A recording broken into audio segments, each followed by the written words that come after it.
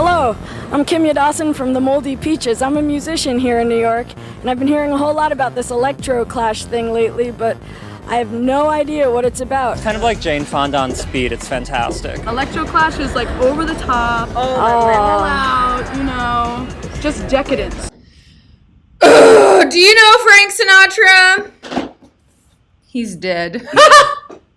I don't. But who's alive? Jose Duran is alive. Yes, we love you. Happy birthday to you. Happy birthday to you. Happy birthday, dear Jose. We are so coordinated here at the Cutie Club. Thank you so much for joining us, everybody. And everyone in the chat needs to wish Jose a merry, happy fucking birthday. A merry fucking birthday. Anyone who brought cocaine to the party, make sure you bring him to the bathroom every 30 minutes. And yeah, my American Alaskan husband, not husband, Jose. Jose, your American, not wife, is in the building. Yeah, You that's never my friend told- from the UK. Never told us you were married, you dirty dog. Well, I am so excited to see 8-Bit Ginge. All of you, 8-Bit Ginge is the only friend who said hello. So, Merry Birthmas! That is absolutely the vibe. Yep. So, Jose, why did you choose to celebrate your birthday with Electroclash? Why wouldn't I choose to celebrate my birthday with Electroclash? I mean, I have very fond memories of Electroclash. I was just a freshman in college when I first discovered Electroclash. And it was, I don't know, it felt like an escape from the everyday because it was so over the top. Mm-hmm. Actually, the music, funny enough, was not over the top, but like the style, the themes, everything just felt so grandiose and felt like they were describing this world that I would never know of, but still I wanted to be a part of it. Absolutely. You know what I mean? Mm-hmm. So when I moved back to Miami, I already caught like the tail end of like Electroclash was like dead, but you would still hear the songs like playing in the clubs. Thank you, a trash cat. A trash cat. A trash cat. A trash. Why did I say a trash cat? Listen, I said that really weird. some part of your brain shuts off when you try to. Okay. Some part of your brain shuts off when you try to read screen names, and it just stops working at all. Yeah. I feel that. 14 people are joining us. Thank you. I like to think that all 14 people are here just because of me. Well, Liddy's here. Liddy! We love Liddy. Thank you. We love Liddy. Thank you for joining us. We love titties. We love Electroclash. And I really loved that clip that we just played at the beginning of the stream. That was something from MTV that Jose discovered, and it was all about what is Electroclash. And I loved the way that they described it. It's just decadence. It's just like filthy. It's gorgeous. Hint, hint. And yeah, I'm so excited to celebrate Electroclash while celebrating you. The two really do live in the same space in my mind, Jose. So happy to be here with you. Well, and I would not want to celebrate Electroclash any other way. Yeah, we are Electroclash. Yeah. Jose, why don't you gather all of the happy birthdays that you're getting from Boiler Rob and T-Lac 305 and everyone who's got a name with a number in it, and let us know what video we should kick off to start the celebration. You got to do the first dance. I think if we're going to start it off, we need to start this off fucking right. Yeah. It's gonna hardcore. It's going to be Miss Kittin. We know that, right? Yeah, well, Miss Kittin is, I just want everyone to know on the behind the scenes that like everyone picked a Miss Kittin song, and I was like, listen, we have to pare this down. We could just do a whole Miss Kittin show one day. But what song are we going to start with? Miss Kittin? Well, I'd like to think, I wish I was born this year, but I was not. I was born 1 year later. Oh, so close. So this song is not about my birth year, but it's about the birth year before me, when probably my parents conceived me. True. Yes, it was, because I was born in March. So I was born this song is about the year I was conceived. Aww. Which is, of course, 1982. Daddy Duran just nutted a squirt Yeah. and right into Yeah. Mommy Yeah. Duran, and now we have this beautiful being. Mhm. All Yeah. right, Miss Kittin and the Hacker, 1982. Of the past, me and you. DJ plays déjà vu. Ooh, getting it from both ends here. Miss Kittin and the Hacker. My goodness, I am full up. And I want to give a special hello to Lolo of Sweat Records. Thank you so much for joining us, Lolo. Hey, it's great to be here. Happy birthday, Jose. Happy birthday, Jose. Thank you, Lolo. I Ba, mean, ba, when ba. I thought about this Electroclash episode, I'm like, we've got to invite Lolo, who was actually, you were DJing during this time, right? Not only was I DJing, I was the official South Florida label rep for Emperor Norton Records. What? Mhm. One of the preeminent labels that did Electroclash anywhere. So I was like a teenager. I reached out to them and was like, I'd love to put your stuff all around Miami. And And they were we like, ended up- yeah. Yeah, they're like, great, here's tons of stuff. And they would send me boxes of CDs, records, promo swag. I was in heaven. And yeah, we'd set up all the release parties at Revolver, Pop Life, Soho, wherever. Man, when I was going through flyers for this, I found we did the Fisher Spooner release party, Oh, wow. Miss Kittin, so much stuff. It's funny now that stuff's so iconic. I know. What I really love about Electroclash in Miami is that they were not playing this stuff at like the bougie nightclubs, which there were tons of them. No, they were playing them for like poor suburban kids in like ratty old clubs in downtown in the Design District, which was not the Design District you know now. Right. You know what I mean? So No, sketchy ass design. yeah, like so all these kids were singing about jet setting and doing cocaine and doing everything. And they were not jet setting. Mm-mm. You know what I mean? I don't know about the Sketchy cocaine. glamour. Back alley glamour. Yeah. It was back alley glamour, which is what I really love about it. But what's your Lola, what's your like fondest memories of like this era in Miami? Oh my God. Can you say? We had some amazing parties and things. And Kat, I don't know if you're like putting the images up, but I can if you want me to. Yeah. I'm just gonna Let's go switch for up what you're putting up. Check out what I'm putting down. Okay, there you go. I can see, so I can just talk about them as they pop up. Yeah.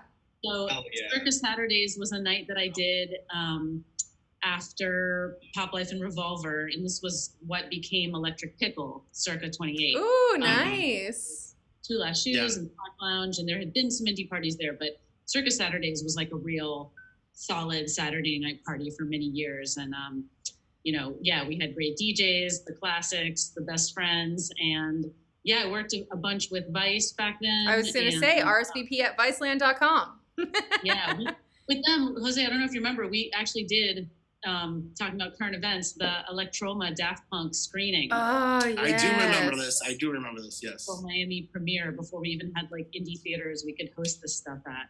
Yeah. So that was pretty cool. But the, I think Chromeo played one of their first shows at one of our conference things. And I don't know if either of you remember this, but like their first album, there were two different versions. There was like a promo version floating around and then a main version, and they were different. And I don't know why they did that. Labels are so weird sometimes, but back Chromeo before everything was before everything was on digital audio, I don't know, DSPs. Back when labels they said could do whatever. Just here's a download link, Yeah, white labels. What else did Lolo send us? We've got a Ladytron, Art Brute. I loved them. Yeah, they were great live. I actually don't remember We Are Scientists as much, but Art Brute I remember being excellent. Amazing. And CSS is on there too. Yeah, which is awesome because bands from foreign countries are so much harder to book, right? I remember. I went to this concert. I saw the Ladytron at Studio A. I was there. Yes, I remember there was so many like stars and sparkles in their live production, and it was. I just remember the like studio light boxes that they had, and they were huge. And then when they went into like they only want you when you're 17. Mm-hmm. That the number 17 would light up, and then it would wipe out and say 21. It was just blowing minds. Yeah, blowing minds. Yeah. R.I.P. Studio A. R.I.P. Studio A. Yeah. parties there. Plastic Fantastic was this night. That's what we did there. So yes, I remember Plastic Fantastic. Yeah. This is a very, I mean, if there's one like one-hit wonder of Electroclash, I think it might be Mount Sims, How We Do.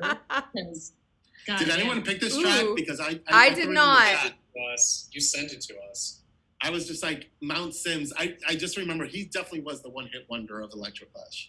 Yeah, and that was another Emperor Norton release. So I remember getting the promo and being like, "Oh my God, I'm gonna play this every week forever." I like and this. You did, and so did a lot of DJs. This song played like I think up to like 2007, 2008. I was still hearing this song around Miami. You know. I love this sexy striptease fashion show. That pretty much is everything Electroclash. Yeah. Really turned out to be. They made this cool little store that was in the kind of adjacent to Midtown before it was Midtown, and they had some records and they had vintage clothes, and it was dope. Our friend Anna Maria ran it, so now she has a bike store in Brooklyn. Nice, just keeping the dream alive. Yeah. But man, Soho Lounge, I mean, what a venue! I know. Will never forget the first time that we got to visit it. Like we were doing the walkthrough with the old owners, who we shall not name, who were terrible people. I remember the stories about the owners. Oh my God, nightmares. I've worked with a lot of owners. They rank. But I remember I was there with another ex-promoter who also shall not be named. And walking through this club, though, I mean, it was so big. It had so many rooms. It had an entire upstairs, and the upstairs even had a mezzanine. To a promoter, this place was like the canvas of dreams. Oh, yeah. We were watching, we walked in and we were just like, oh my God, this place has so much potential. So it's amazing that we got to have a couple great years of parties there. By the way, I was also at this show too, the Avenue D show. I was there too. Their last show ever. I love Avenue D. They were homegrown here, hometown heroes, and we might be hearing them later. And what? We might be hearing a track later. Ooh, nice. Absolutely. And they have legacy. They're little sisters in another like electro band. I know. Like if you guys don't know, Bayside, who Bayside? Bayside, sorry. Bayside? Yeah. Always, I just Bayside, imagine it's like Bayside Marketplace. Yeah. Bayside, who is about to release an EP with all Sophie produced.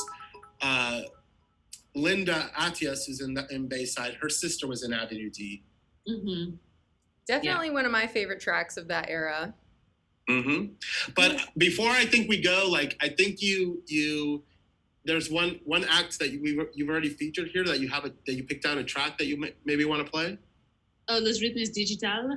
No, one of the posters you showed, which was the Ladytron poster. Didn't you pick out a Ladytron track? Yeah, definitely. I mean, they were an Emperor Norton group, so it was great to be able to start playing their tunes and bring them out. Mm-hmm. I have, let me see what the more thing Wait a minute, I'm sorry, Lolo, was I looking at that flyer correctly? That like LCD, The Rapture, like all of stupid. Isn't that ridiculous? And that's before, I mean, anybody knew James Murphy's name. But by the way, Lolo, you're making Zach probably angrier because he really wishes he was 10 years older, because I tell him about all these stories and he doesn't believe me. He's like, what? I don't believe you. I'm just mad. And if I saw correctly, that was Return in New York was Arthur's Party, right? My favorite show of that era, I remember Felix Da Housecat and The Rapture played at Nocturnal, and it was an Absolute show, and everybody was wasted on Free Absolute. As I was looking through, I found the info of that party, and I looked up the old New Times piece about it too. I think it was 2007, and I found one picture from it, and I am shithoused. Yes! Because it was just Free Absolute everywhere. I remember it was just everybody. Felix Da Housecat DJing on the roof. The Rapture did a set downstairs before. They had it was like a huge experiential thing. They had women in costumes running around giving you extra cocktails. It was like the golden era of that kind of stuff. And, love it. They don't do free cocktails anymore. But I think, look at all these photos. I love the hair. Love it. I mean, we all had our straight irons out then, and but like before we'll chat a little more, but let's play that Ladytron track you picked. Do you want to talk a little bit about this Ladytron track? I think that was Playgirl, and that was one of their earliest songs that came out on this Commodore Rock EP that they originally put out in England on their own label, Invicta Hi-Fi, which some other really cool stuff came out that never really got as huge as they were, but they obviously enjoyed a lot of stateside success, and Playgirl was such a jam. That was the first jam before 17 came out. So Yes. this was like, And then they did so many others. They did everything. Blue Jeans. Destroy Everything You Touch, which is actually my favorite Ladytron song. I mean, So good. They just killed it. I'm really happy for them. I used to love listening to Ladytron on planes. I felt like it was just the vibe of like being on a plane. Ooh. And I mean, she talks about planes in this song. I actually have a question for the class while the song plays. I want you to think about it. When she says, sleep your way out of your hometown, is she saying sleeping on a plane while you fly somewhere else? Or is she saying having sex with people with money to get out of your dead end town? Consider that. Let me know in the chat what you think. Shout out, hey there, it's Alexis. Happy birthday to you too. Hey there, it's Alexis. Hey there, it's an Electroclash Birthday Bash. And this is Ladytron, Playgirl.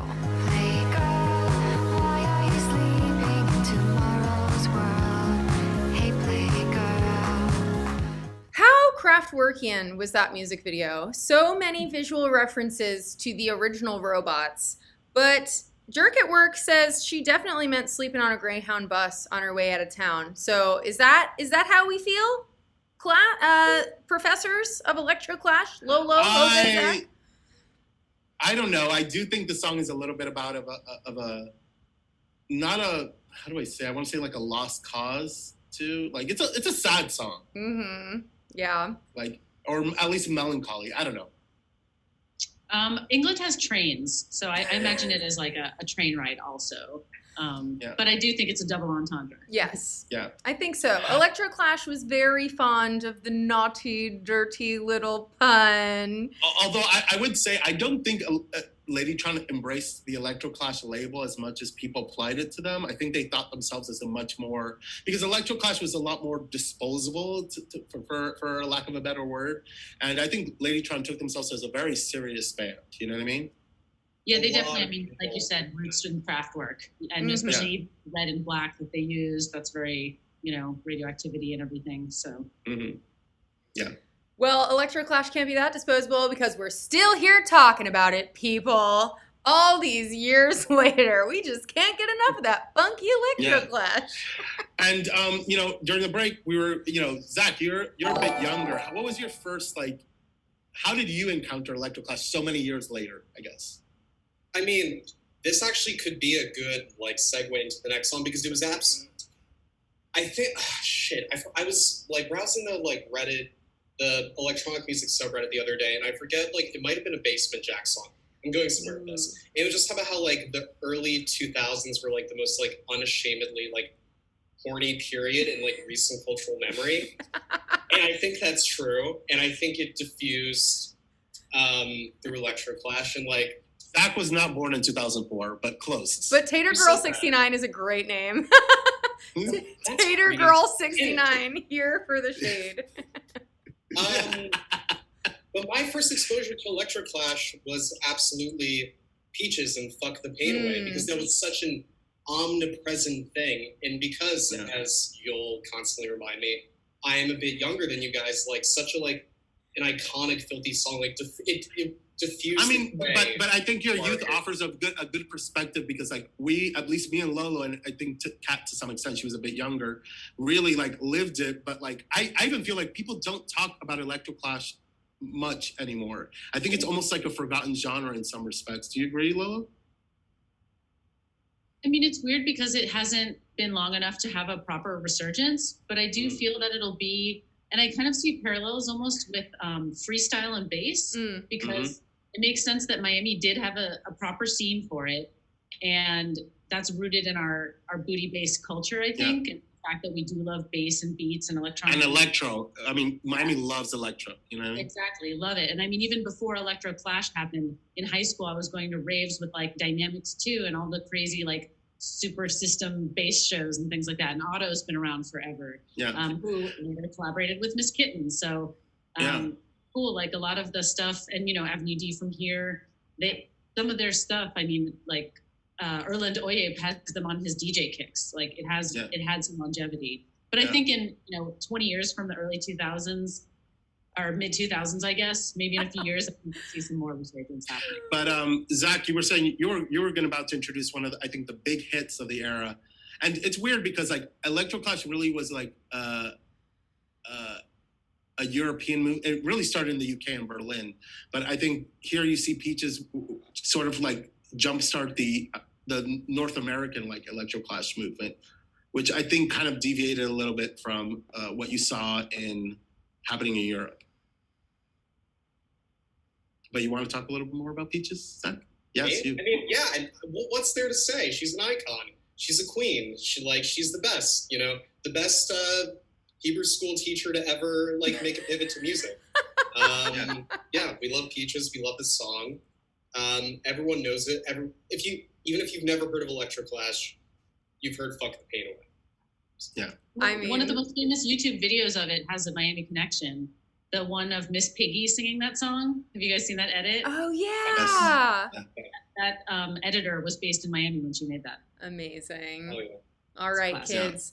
A little PSA for you, a little stay in school message for everyone at home. It is the best. And hey, if you got a titty, suck on it. Sucking on my titties like you wanted me, calling me all the time like Blondie. Check out my Chrissy behind, it's fine all of the time. So we just had the best conversation while you guys couldn't see or hear Why do we us. always have great conversations during the break? That's just the way it goes. But it started like this. I said I really enjoy how Electroclash is so femme forward. Like other genres, they kind of lack in having strong female leads, but Electroclash was all about that pussy power from the beginning to the end. They didn't even have to try. You got Peaches, you got Ladytron, you got Avenue D, you got Miss Kittin. I mean, it's just like everyone is a strong female star.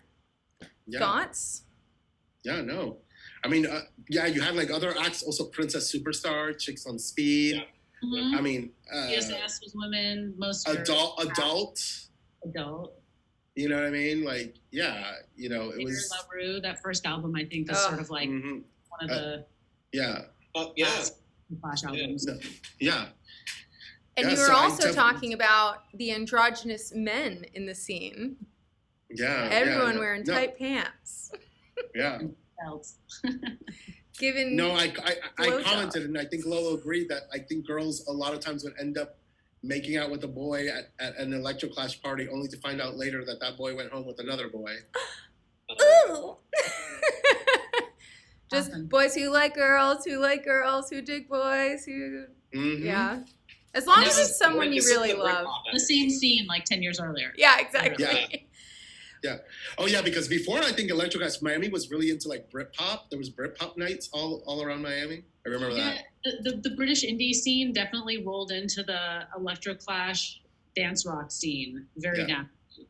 And we were the people throwing both of those parties. And as Electro became a thing, we're like, yes, we love this. Let's go. Yeah, definitely. Flyers. You know, and you mentioned earlier that you were the rep for Emperor Norton for the thing. But I mean, there were also like the big labels, especially in Europe, were like Kitty Yo and International DJ Gigolo Records, which was really like DJ Hell was the one that kind of like set things up for like Miss Kittin to come, which I actually found this article from Vice that was printed in 2016 by Josh Baines, and it's called The Bullshitter's Guide to Electroclash. And we'll send you this. And he mentioned how Miss Kittin and The Hacker were really the ones that legitimized Electroclash when they go. And he says that they had the holy trinity of caviar, champagne, and backseat blowjobs. That about says it. I mean, that's the. I think that if that doesn't summarize Electroclash, I don't know what does. Well, you know what I mean? I think the first time I came across Miss Kittin is when she was the vocals on Silver Screen Shower Scene. Oh yes. That's Sweet Seduction in the Limousine, or whatever, magazine, Endless Pleasure in a Limousine. That was a very like statement song. Absolutely. I think mine was Rippin' Kitten with Turn Golden Boy. Yes, I passionately love that release too. I have this one's pretty rare. Ooh. Oh wow, yeah, definitely. Yeah.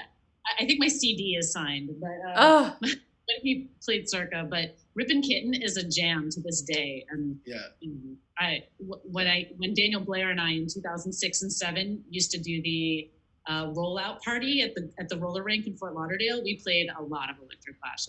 Like and by the way, for people who don't know, Daniel Blair is DJ Hot Pants, correct? Yes. Who does Double Stubble Thursdays again? Yeah, if you don't know, Double Stubble, every Wednesday? Thursday night. Every Thursday at Gramps. Yeah, and he plays great stuff. Yeah, but you actually, like, before, let's take a little break, because you're, if people don't know, Lolo owns her own record store. It's actually celebrating their sweet 16th birthday. Yeah. Happy birthday, Sweat Records. Thank you. Yeah, and I'm pretty sure if you go, you can find some Electroclash gems there. Probably among the racks. We have all kinds of stuff, and I think also a lot of these pieces that are pretty rare now, like some of this early Ladytron stuff. I'm pretty sure that this stuff is going to be reissued on vinyl forthcoming. Certain things you just like are very hard to find at the moment, or can't get, like we can't order a Fisher Spooner record right now.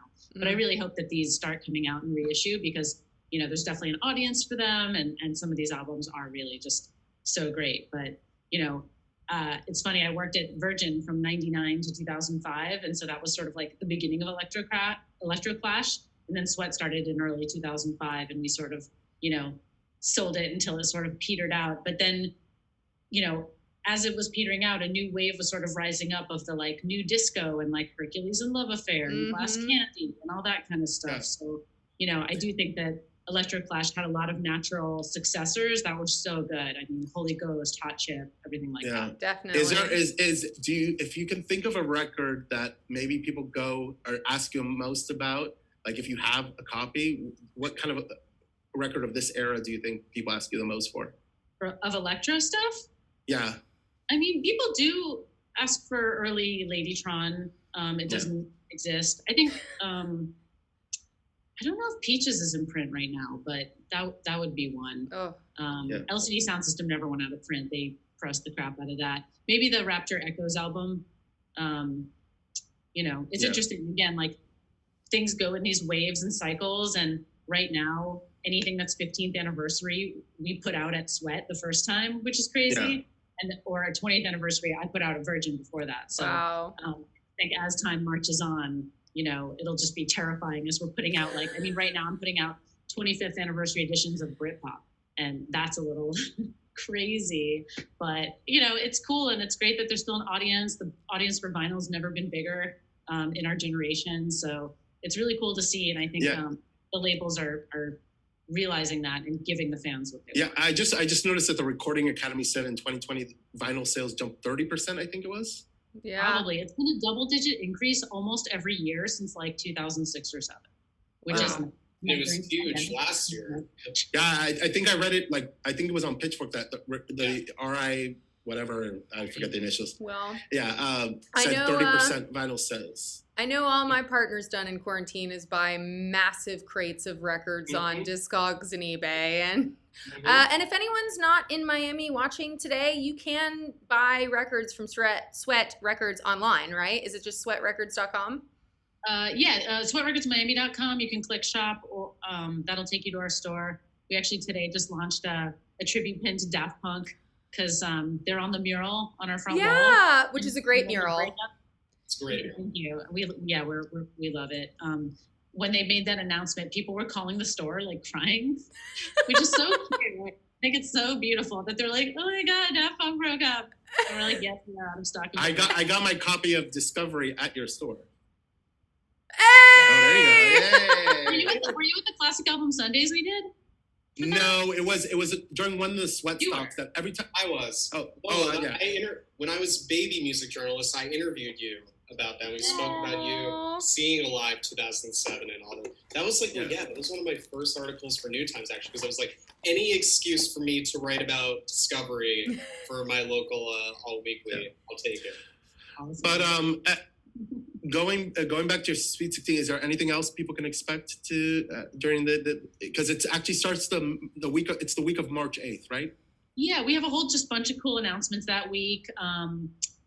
just a little teaser. We're working on a little documentary short film about the history of the store because, along with us just being like a surviving, thriving, independent arts and community-oriented business, we've thrown hundreds of events over the years, including some of the like nightlife things we've been talking about. So we have a lot of great visuals and stories, and it really will focus on the people in Miami. And that's, Jose and you guys, I think, would agree, like, why we do a lot of what we do is because we have a great audience here. And to me, that's really special. And that's, the people on the flyer you just posted, Ray Million, like I texted with him last week, and like, I've known some of you for over a decade now. So I just think that's really special. And I don't know if that happens as much in every other giant music market, but it's just a great spot. And so, yeah, we've got some other drops I can't talk about and some cool throwbacks and a weekend sale coming up. So it'll just be a nice, fun week. We can't have the big party and festival that we would ideally like to have and throw for y'all. I miss that because I feel like every sweat stock, you just pawn Jay off on me so I can keep him company while you run around the store doing your business. You're like, here, go hang out with Jose. Oh, thank you. I feel like me and Jay always like that's our bonding time. Oh, nice. Well, soon come as soon as a few more vaccinations roll out. We'll definitely be throwing another sweat stock and doing some other cool stuff. But by the way, one of my favorite Lolo stories was during her birthday ages ago. Oh my gosh. She brought like a platter of somebody brought her a platter of cupcakes. And I don't know, the night gets really blurry, and then the next day I wake up and I'm like covered in like something pink all over my pants. And I'm like, what happened? And I don't know, I think it was like the next day or like a couple of days later, I was like, yeah, I woke up. She's like, yeah, you don't remember? And I'm like, no, what happened? She's like, you sat on the cupcakes. And I was so like mortified. She's like, don't worry. It was already like late at night, already at this point. I don't think anybody was going to eat those cupcakes, you know? Yeah. But that's what Jose's going to do to celebrate his birthday tonight. He's going to sit on a bunch of cupcakes. Yeah. That's on my OnlyFans, guys. That's on my OnlyFans. Everybody. Lolo. But it was great.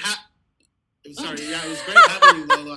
I want to like close it out with you picked out another track for us, but did you have something, Kat? I was just going to say, Lolo, didn't you pick one more song? There you go. Good. So one of the other labels I repped for was Astroworks. Oh my God. Legendary. Stuff in the early 2000s. And, these... To me, they were the big beat record label, you know what I mean? Like Chemical Brothers, all that stuff, you know what I mean?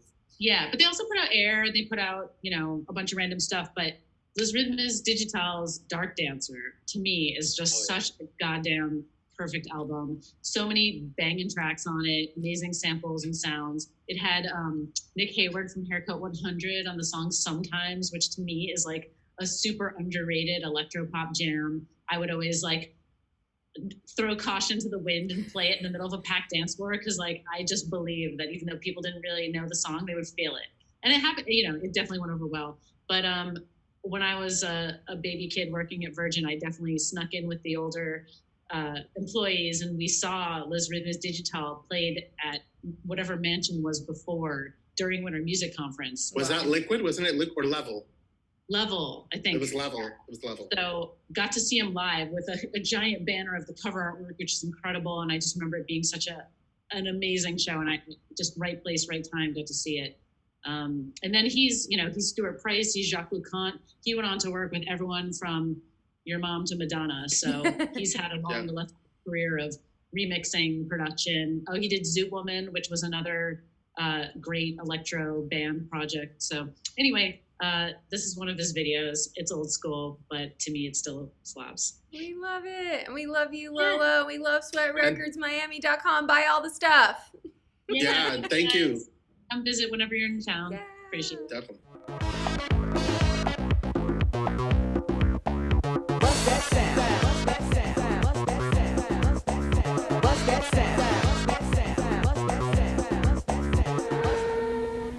I was taught that my prince would come, and he would be a lawyer, and I would have his children. Jose, what was that incredible clip that we just watched? That was like the cult film, I believe, from 1982 called Liquid Sky. It's often considered where a lot of the Electroclash fashion came from, or the inspiration from a lot of Electroclash fashion came from. So that's why I picked that clip for us to play. I think it's fantastic. I can't believe I've never heard of Liquid Sky, and I can't believe I've never seen it. I'm absolutely watching it this weekend. All of those looks were giving me life. And I myself, one of my favorite parts of the Electroclash movement was the fashion. I know there are some people in this chat who knew me back in the day, and I absolutely did used to do makeup and things like this. This is all intentional, this mess, because Electroclash was also about being an absolutely disgusting maniac.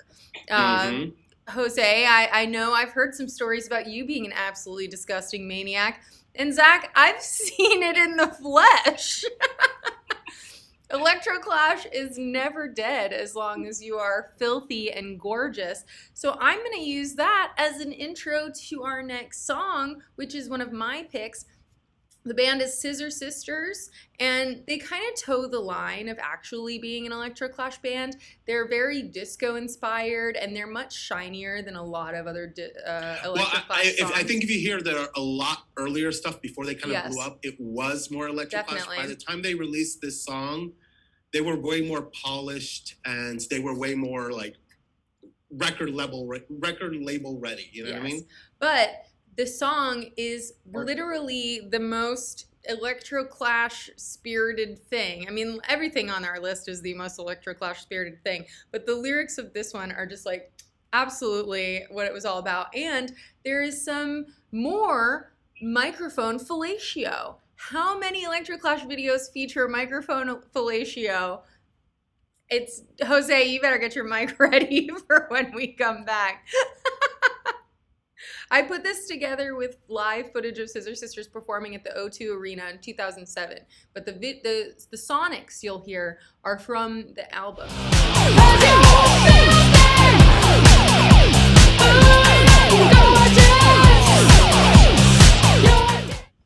Whoops! I was busy. I didn't know we were back. Yeah. Filthy and gorgeous. Stop disrespecting Flat Eric like that. I mean, Flat Eric likes to watch. It's fine. He's a little freak. Anyway, that was Scissor Sisters. Itself a nasty, dirty comment. And also, shout out the titties that were shaken on screen during that. And hopefully none of you report me for just being my natural human self and playing Electroclash. But if you do, fuck it. Fuck it. Who's got songs? I got songs. You got songs? I got songs for days. You have songs?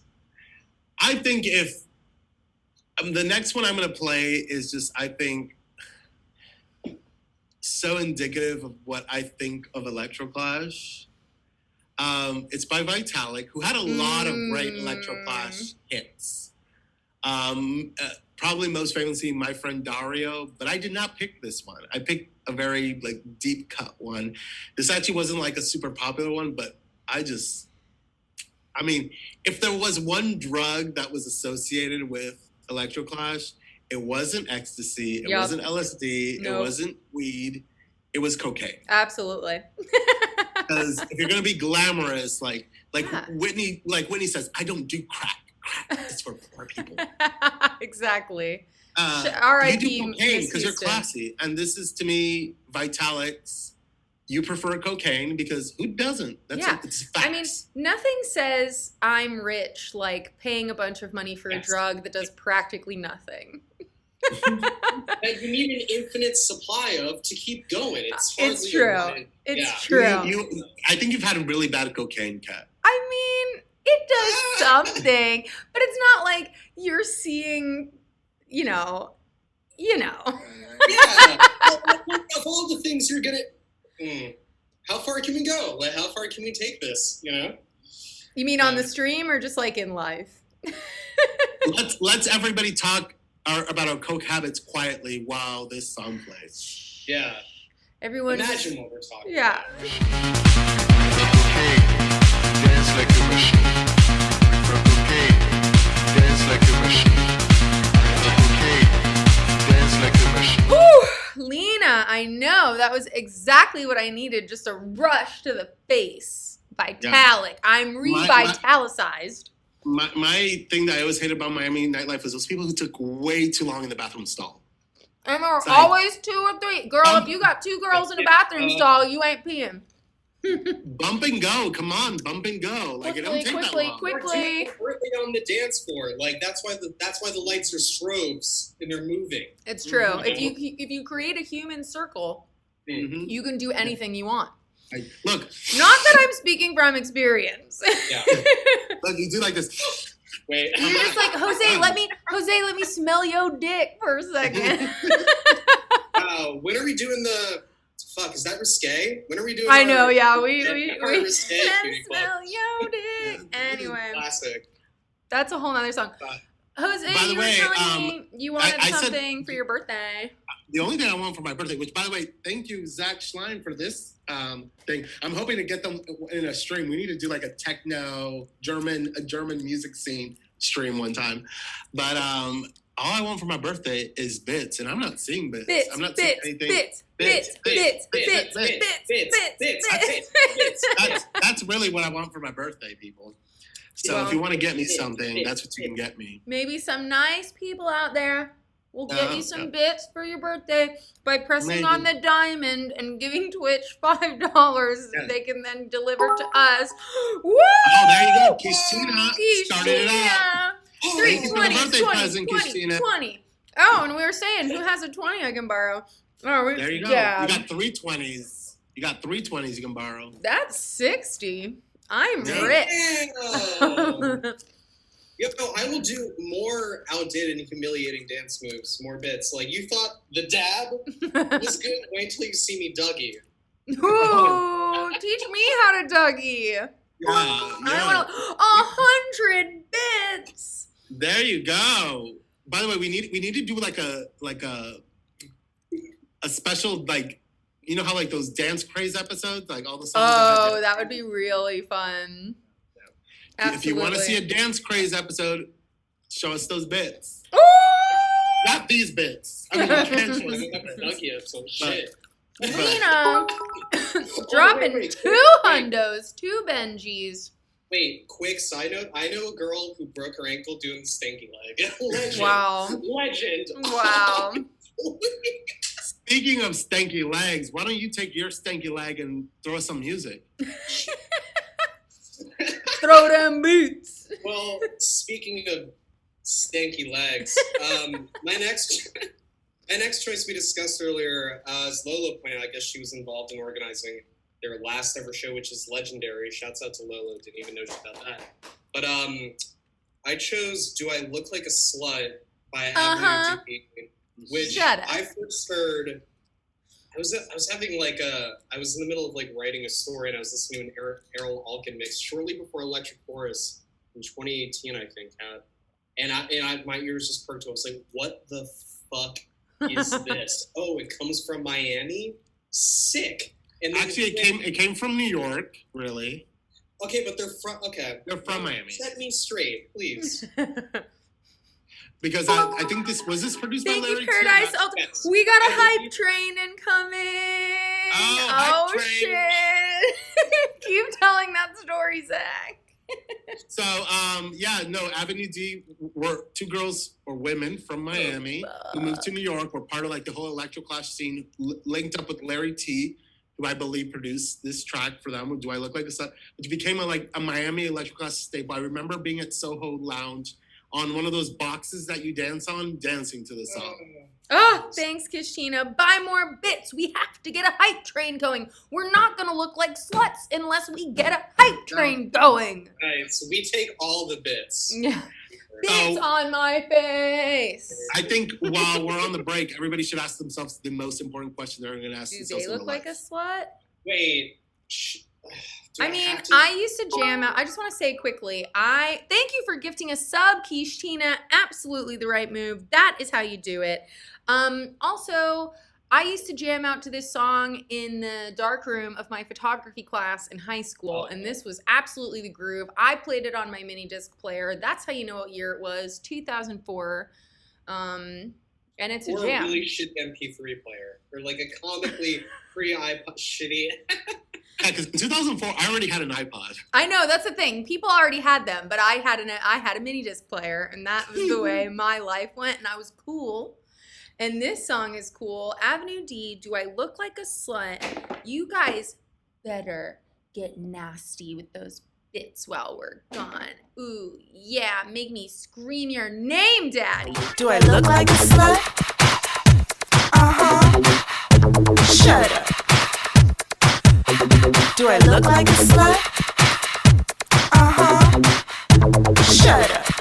Man, I am such a slut for these bits, you guys. I love it. I love getting a back alley pussy wax. I love shaking my tiny tits on top of a Range Rover that has been tagged with graffiti. I love all of that stuff. Yeah, what's not to fucking love? Rain here. I know. Paradise, Unlimited, Lena Pax. I'm not sure. Everybody making it rain. Thank you. Thank you. We love you. I feel like I'm at King of Diamonds right now. King of Diamonds. I wish. Where's Tip Which, by the way, during the break, I would say, doesn't that just look like one big American Apparel ad? That video? Yes. I'm pretty sure all the wardrobe came from American Apparel. I just love, I actually one time in high school, around the time I was listening to that, or maybe I was in middle school, I think it was like 9th grade. I tried to spray paint a t-shirt and it did not work very well, but I think also maybe because the t-shirt was black, so I had to spray paint it a lot and it just got really crusty, and I think I only tried to wear it one time, but DIY. Hell yeah, dude. By the way, there's another Avenue D song I love called 2D 2F. Oh, Too yeah. Drunk to Fuck, yes, that one is so good, too. Oh my I God. also had that on my... I thought about that. Jesus Christ. I Also- genuinely forgot. Wow. So if you want to listen to more Avenue D, I highly suggest Too Drunk to Fuck. Yeah. I love that song. Which you should listen to more Avenue D because they're great. Mhm. And I think that you guys are all subscribers in the chat today, but you should be getting my emails, and I just want you to know that we are going to start sending out emails at the end of each show with all of the links to the read mores, to the articles we talk about, to maybe other songs that we bring up that we don't get to share with you today on the channel. And on my YouTube channel right now, I've been editing the music out, just like little blips, because that's as much as you can do without getting banned on YouTube. And I've been uploading these as visual podcasts. If anyone you know might benefit from a group cry about Daft Punk or Sophie or a journey down Eurotrash lane, you can share that with your friends and your family as of now, and I'll keep updating them. So follow me on YouTube. And yeah, that's the drop I've got. We did put a Patreon together. If you're subscribed here, you still get lots of goodies, and you'll get all the goodies that you would as a tier 1 subscriber on Patreon. But if you pay more money because you're insane, I have no idea why you would pay that much money to us, but if you did, you get to do things like help choose themes, pick songs that we will have to play before we'll add them to the stream, maybe even come onto the Cutie Club, get in the Zoom and hang out with us. So those are things you can look forward to if you're crazy and stuff. But we love you being here. Thank you for being here. Yeah. Who wants to go next? Who wants to add to that? Was that good? I mean, that was good. That was great. I mean, I want to say thank everybody coming out for my birthday. Yes. Unfortunately, we can't have a birthday in person. I'd still rather do this than actually go out for. I've actually never really had fun going out on my birthday. Can I say that? I find it really tedious. Are you kidding? Like, are you kidding me? Are you? I think I was covering Okeechobee during your birthday last year. Yes, that was. But even then, that was like right before the pandemic. Birthday. That was right before the pandemic, and I was kind of like already kind of freaking out being out that night. I remember using like a lot of hand sanitizer that night. Right. Yeah. But still being really up close to people as if hand sanitizers are gonna stop. I know, right? We didn't know. But I only got one song left, so somebody else wants to go first. You know what I mean? I can go. I have a song that I don't know quite how to intro it other than to say that during this time, the early 2000s, when I was like a wee just little goth kid listening to Southern rap music and confusing everyone at my school. That's how we do it in South Florida. That's how you do it. The kids I hung out with in school were like what we called the indie kids back in the day. And that was just like all your artsy fartsy proto hipster type kids who took art class and photo class. Shout out photo class, I already said that. And we just listened to a bunch of music like this, and in that mix up was Goldfrapp, so I had to include some Goldfrapp. This song is one of my favorites from that era. It's called Strict Machine. Another strong female lead here, another really fun black and white, just visual feast for the eyes music video. And Jose, if I could add something, I do think this song technically doesn't qualify as because this started with the new disco movement that started happening. However, I do think you hear a lot. I mean, I don't think this track would have existed if Electroclash hadn't come before. And obviously, I think you can hear a lot of the prototypes of, or the stereotypes of Electroclash, including like her monotone delivery. Well, this song came out in 2003, so it's really parallel to the whole Electroclash movement. I think it was just happening at the same time. And Goldfrapp does make like Electroclash lists when people are writing down artists that are involved, but it's a little bit more closer to that like shiny side of the spectrum. Definitely got industrial drums in here, and it's good. And you know, I feel like machinery was kind of a theme in Electroclash as well. This whole like robotic, like human thing models. I mean, this song is gonna throw me back. I remember dancing to this song like so good. All right, Goldfrapp, Strict Machine.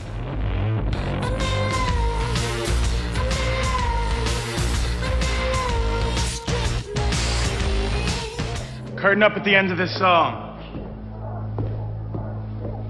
Song? Money, success, fame, glamour. Money, success, fame, glamour. Hell yeah, dude. Woo!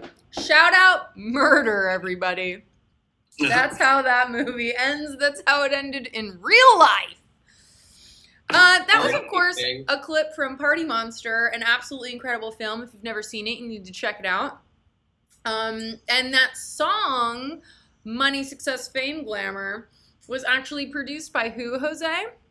Felix Da Housecat. Felix Da Housecat, another absolute legend of the Electroclash scene. You can't talk about Electroclash without talking about Felix Da Housecat.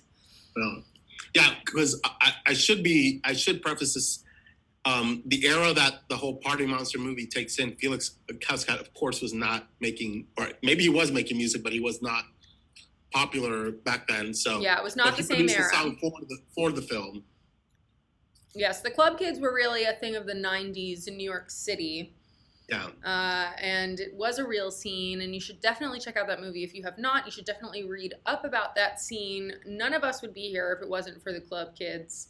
But don't murder your friends. Don't do that. Zach, what can you tell us about Felix Da Housecat? I've interviewed him years ago. He's a solid dude. He's an amazing DJ. Ooh, look at that album. I first heard Silver Screen, certainly not in the Electroclash era. I heard this at, I don't know who was playing, but at Rockastella 2017, which was like a lifetime ago. It was just, again, one of those things that like grabbed my ears and said, what the fuck is this? And they play this at Rockastella? Somebody did. That's weird. I don't feel like that song is the vibe for that kind of. I know. I know. It's definitely not life and death core. No. But somebody played it there, and then whatever. In between sets. By the way, just quickly, Sean Drake. Hi, Sean Drake. He corrected us that Felix was playing more hard Chicago house in the 90s.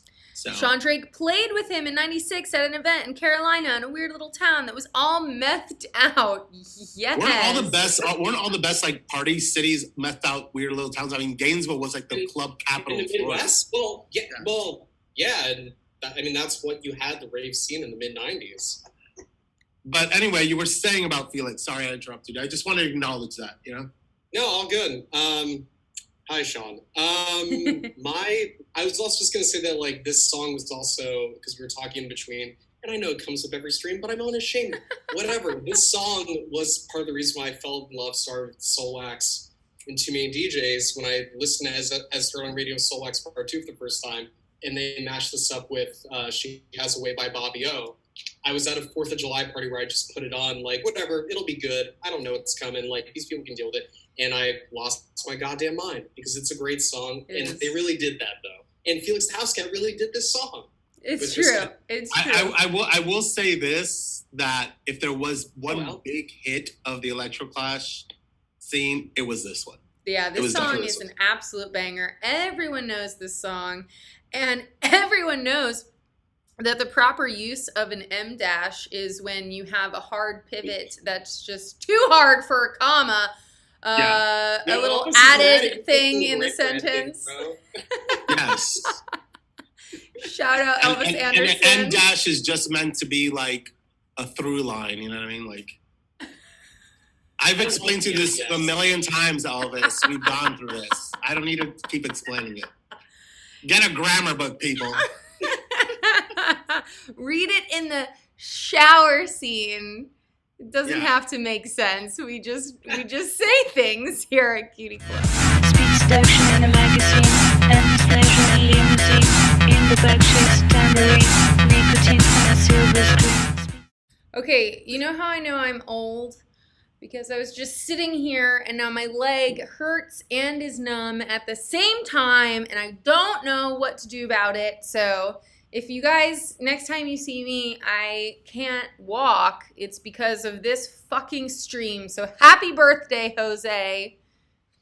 By the way, if I can interject, while I think everybody knows Felix for this album, which is the Kittens and the Glitz album, which has, I think, some of his greatest work. Like, I love Madame Hollywood on this. Happy Hour is a great one. Glitz Rock is probably one of my favorite. But I actually think this is an underrated album. This was the follow-up that kind of like... It is an underrated album. It's called Devin Dazzle and the Neon Fever. It actually features James Murphy on here. Dave the Hustler. It's Tommy Sunshine. Wow. I really think if you can, I don't, last time I checked, it wasn't on Spotify at all. It is. It is now. They must have added it recently. Yeah. My favorite song on this is called Romantique.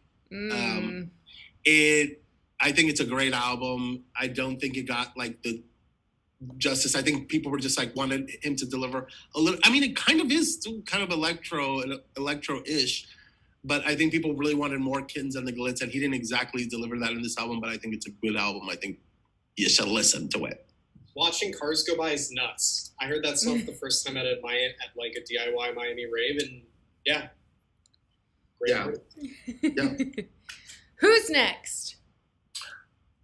I mean, Zach, why don't you go next? Because I still got. That had been my song, but it's cool. It's fine. Oh no! How many songs do you have left? We all have one. Oh, we all have one. Oh, we all have one. Oh my God, we might be able to then play that special song that we had to cut at the end. It seems like. Well, maybe if someone had uploaded it. Oh. Womp womp. Anyway, I guess I'll go next. I think we talked a little bit about this artist early on in the stream, which is, I mean, he kind of came onto the scene, I think early on. He's from Montreal, I think, if I'm not mistaken. I think you're right. Yes. And he kind of was more, he kind of blew up mainly because of covers. First of Corey Hart's Sunglasses at Night, and then of the really weird video with the puppet of Nelly's Hot in Here. Remember that one? I've never seen that one, but this sounds, I love who you're talking about, but I didn't know that was the thing. Oh yeah, you should definitely put in this artist's name. Writing it down for the email. Yeah, and it's there. But this kind of came a little later after, I mean, actually when I submitted this, Zach was like, this is not Electroclash, which is he's technically correct. It's not. But you can definitely hear that he came from the scene through the song. And I think it actually features vocals from the guy from Scissor Sisters. I'm not mistaken. Oh, no, that's another song he did. I think that was another song he did. I'm not sure if the guy from Scissor Sisters is on the chorus, but I think they worked on this track. I might be confused. But I really love this song. I remember being in the club and listening to the song. And it's Tiga's You Gonna Want Me. Oh, you're gonna. I already want you, Jose. But you know what I really want? I'm gonna want them bits is what I'm More bits? They already gave us so many bits. It's my birthday. You're a nasty bit. I'm a bit. I know you're gonna want me, but when you want me, it might be a different story. I was so distracted by Jake Shears sings the chorus. Alexis's hilarious comment about how compression socks are the new American Apparel gold lame leggings for us we are so old now. That's how we party. I love it. Anyway, yes, that was, as you said, what's his name? Chris Shears? Jake Shears. Jake Shears. He sings the chorus. So there you go. And yeah, I mean, if there was one mistake I think we all made in the 2000s is that we gave way too much money to Dubs Charney. Oh my God, that pedophile! I know, but you know what? It's fine. Can I tell you? I knew so many girls who wanted to be American Apparel models. Oh man! Like I think every girl, their aspiration was to like get in the club for free and be an American Apparel girl model. I mean, we all were that girl a little bit in some ways. I know that Alexis was rocking some great American Apparel looks back in the day. And I might have owned like a couple neon colored t-shirts. Oh, absolutely. I still probably have at least one of my neon pants from American Apparel that I just won't let go of because that's just, they're cool. We're almost coming to the end of the show. Zach, you have one more song, and we were having a little bit of a discussion about what it means to be Electroclash and what it means to not want to be Electroclash, and how this scene kind of fizzled in its later years. Yeah, so before we were talking about like everyone getting me adjusting my broken fucking back. One of my picks is Space Invaders or Spoken Grass by IF, which I just happened to find on Discover Weekly like years ago, working two shitty jobs ago. Like I was just like, oh wow, this rocks. And then do some research, find out it's the origin of Electroclash in some regards. And Jose, you pointed out that like these guys signed an anti-Electroclash manifesto, and that's something we've encountered a lot. Like, Kat, when you and I interviewed too many DJs in Soulwax, like they shit on Electroclash. Like everybody who's like almost considered like a pivotal Electroclash artists like shit on the thing afterwards. I think because the problem with Electroclash almost became a caricature of itself. Right. You know what I mean? Because I think particularly like Miss Kittin and the Hacker's first album kind of set the template, and then but the problem was that everybody was trying to do another Miss Kittin and the Hacker when they were just trying to like evolve the genre. Like Miss Kittin didn't follow up her album with another Miss Kittin and the Hacker. She evolved herself too, you know what I mean? Yeah, and people were getting roped in from my understanding, because I was, but a child at the time, like getting roped in within this, like people were just making cool sounds that happened to align with a movement at the time of aligning, rock sensibilities with electronic sounds, but that then got roped in with this like trashy, brash, annoying aesthetic that a lot of people were like, I can do so much more than just like, back alley bikini waxes. That being said, if you listen to the song, you can definitely hear how much inspiration other artists took from the song. Because this song came like 97, 98, I don't remember. I think 97. Wow. So like this was years before like Electroclash was a thing. You know what I mean?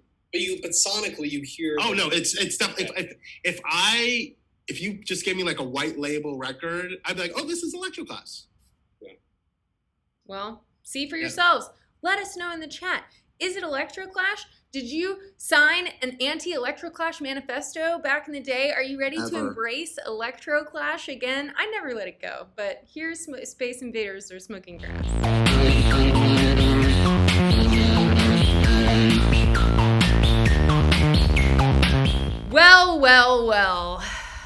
we've come to the end of another Cutie Club. Of course, you know, we have one last song for you all. We're not going to just leave you, like, I can't think of something, like, really funny to say right now, but we wouldn't just leave you that way. We do, of course, have a little bit of gay fantasticness to share, because Electroclash was just really a big giant celebration of not sticking to any sort of gender roles or like any sort of societal norms. It was absolutely, you know, whether or not people wanted to bitch about it later being some sort of pigeonholing moment, I think it really was a moment of freedom, of expression, to just be who you wanted to be. And that's what drew me to Electroclash when I was in high school. I was just like, well, I just feel like I can be cool, and I wasn't rich, so I totally loved the idea that I could be glamorous in my ripped up DIY spray painted t-shirts and what have you. I think it was also about being like a heightened, glamorous version of yourself, even if that version didn't really exist in real life. Absolutely, absolutely. Zach, what are the final thoughts you have on Electroclash for the kids? For the kids? I don't know. If nightlife comes back, aspire to this. Put some fun back. Like, do you want me to get sentimental and like for real? Like we always get sentimental at the end. No, even if I didn't experience Electroclash, like the aesthetics of it, like diffused. Culture flows downstream, right? So like as a kid, like these were the aesthetics, an idea of like club culture that I had. In a way, like it's kind of what I've always been chasing in my involvement with nightlife in dance culture. And I don't know if anyone else is like losing their fucking minds in this shit, but if and when it comes back, I sure would love to see this level of hedonism and self-expression in like degree of not giving a fuck again.